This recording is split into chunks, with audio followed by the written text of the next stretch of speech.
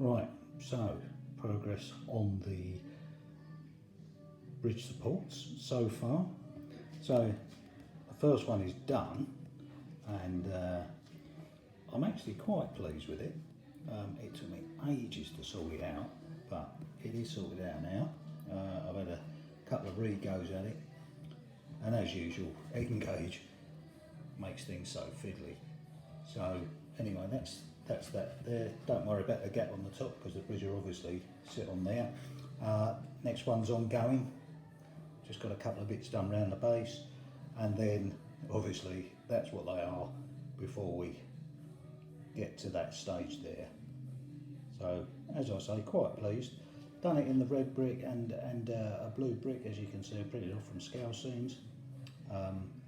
They're quite good actually because and around the top of the bottom block as such, I've put the concrete layer. All the sheets, you get a brick sheet, and then you get all of these. I don't quite know what to say, but they are very, very helpful coming in these different sizes. I think the thicker pieces of brick here are for chimneys, and there's your concrete ledge or base or whatever, and then it comes with a selection of arches and plinths and goodness knows what, and also templates to cut them, and cut windows out as well, which is very handy if you're scratch building especially. Like I say, I've got the brown brick, and I think it was the blue brick I got in the end, which is very similar to the grey. £2.50 for each one, obviously a fiver for the lot, but you can just keep reprinting and reprinting as you want them, which is a great thing about scale scenes kits. So anyway, there we go. Catch you soon. Right, okay, so 3 days later, after starting the bridge plinths, I finally finished them, and this is how they look. I'm actually quite pleased with them. They're a little bit scruffy here and there, but I think the trouble is with Engage, it is so fiddly, and trying to get everything cut so precisely is unbelievably difficult. But having said that, I am quite pleased with myself. Even down to the top of the brick plinth, I've managed to get an angle up there. I don't know whether you can see that.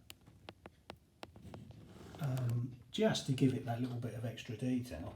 Not that you'd come in here and notice it. I think people will walk by and think, oh yeah, he's done, yeah, look at that, that's all right. But not really notice that. But like I say, quite pleased with that in the end. I did do some research. Stephen Elvenholm said, you know, go on there and look at some pictures, which to be fair, I had done before that.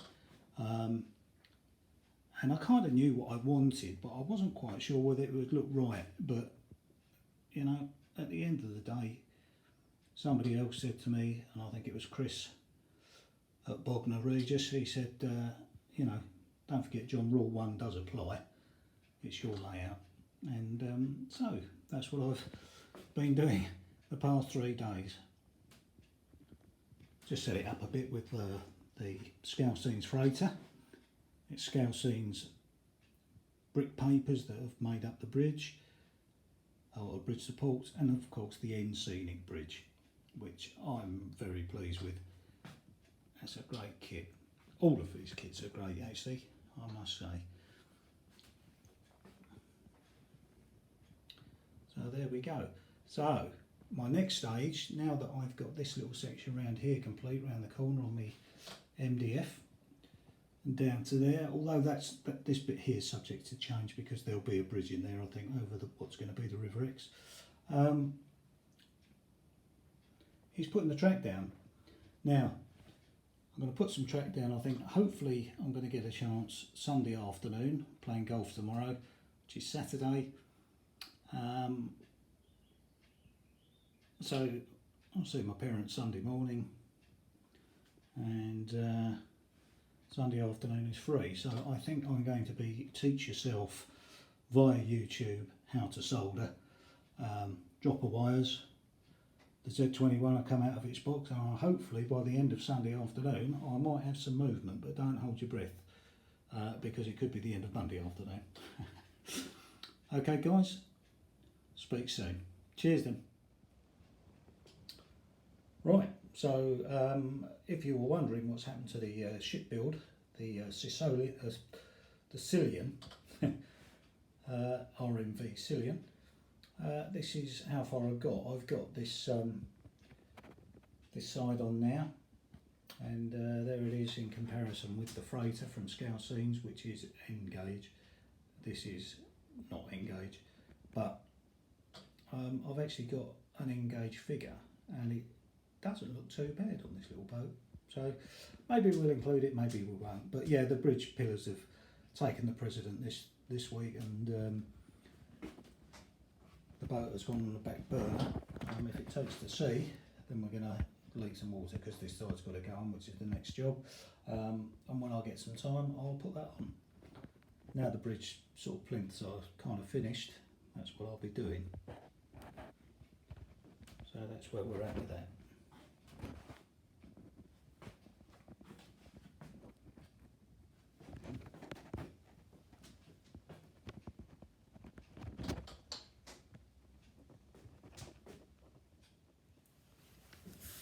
Right, well that's kind of wrapped this week up really.